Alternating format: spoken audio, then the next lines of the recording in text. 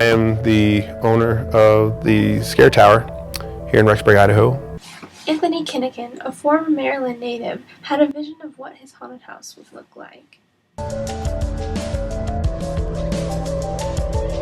I would say my younger years, roughly about 7 years old. I used to make all kinds of things, robots and stuff, and I used to be really scared when I was younger, so I never made any monsters then.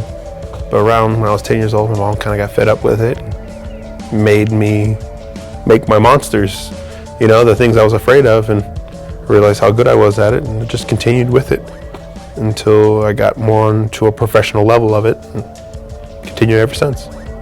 From building realistic graveyards to etched decorative walls, Kinikin managed to complete his haunted house within just 3 weeks. It's a last minute thing, really. I did a haunted house for the school, BYU, Idaho, and my friend just came up to me and says, "Look, I got somebody who wants to partner with you to do a haunted house this year. Would you be interested?" I said, "Yes." And around that time, I just got all the stuff that the school had for it because they weren't going to do it anymore, and they gave it to me. And so now I'm using it for my own haunt. All right, so I'm going to give you the lights on tour of the Scare Tower. So we're going to start with our first room.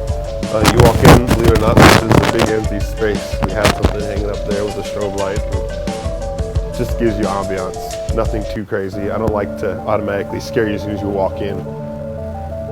Come in here and we have a drop panel wall, which is already down for some reason, but you get your first scare here and you walk into this little girl's room.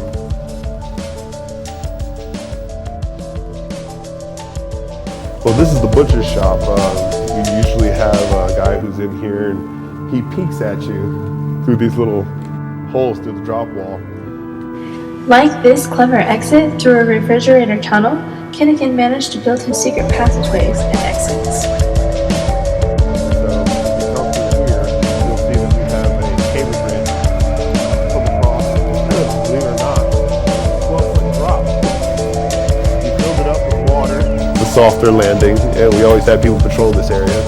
Our reptilian guy would be up on this cargo netting, and he would literally jump down from this. He would climb up it and come down and just scare people to death. I support him in everything that he does. I'm raised with his creativity.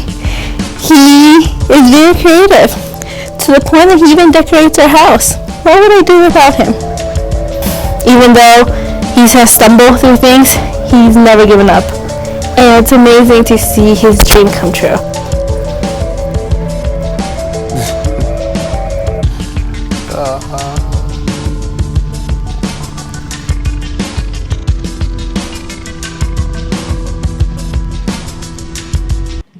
While Kinikin often finds himself daydreaming new ideas for the haunt, he first and foremost enjoys spending time with his wife and 2 children.